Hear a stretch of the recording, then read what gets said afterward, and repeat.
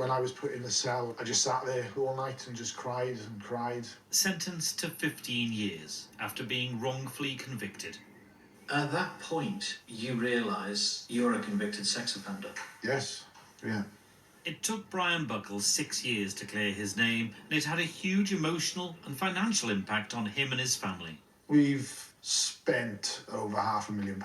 Brian is a victim of what some call the innocence tax. If you earn very modest amounts, you don't get legal aid. So you then have to fund yourself. You're innocent and you're taxed by the state. You have to pay for your defence when you shouldn't have, I would say.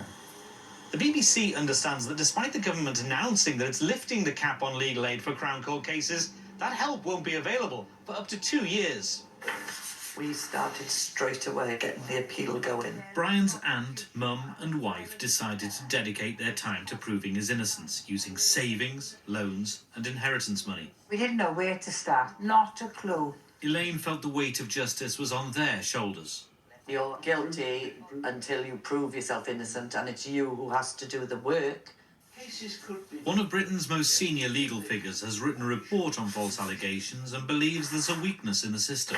Police officers, as soon as they find some evidence that tends to support an allegation, a charge follows and the investigative process ceases. That is wrong. Weaknesses in the legal system can also affect victims of crime. Support groups say that the number of allegations that make it to court is tiny compared to the number that actually get made to the police. Wrongfully convicted of sexual abuse against a child, Brian spent over 5 years in prison. His accuser has lifelong anonymity. It was hard.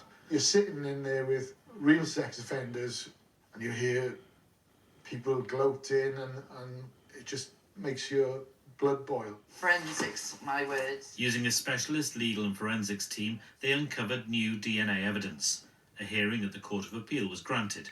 Brian watched from prison on a video link. Clerk of the court's come out. He said to me, Mr. Buckle, do you know what's happening here now? And I said, no, not really. You're instant release, he said, you're going home. I was like, what? All 16 verdicts were quashed that day. I know that he never done it. And 8 months later, when the case went to a retrial, Brian was found not guilty of all charges.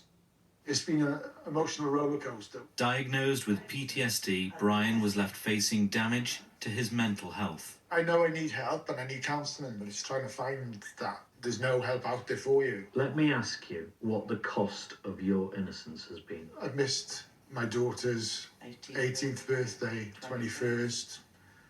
Her dad taking her for a first driver lesson. It's been a lot.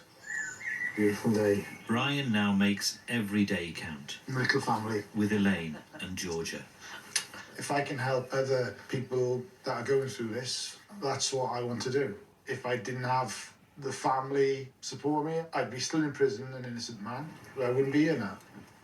Brian is still waiting to hear if he'll get any compensation, in the hope he can recover some of the huge costs they've paid out. And you can see more about Brian's fight for freedom in the documentary The Cost of Innocence, available on the BBC iPlayer.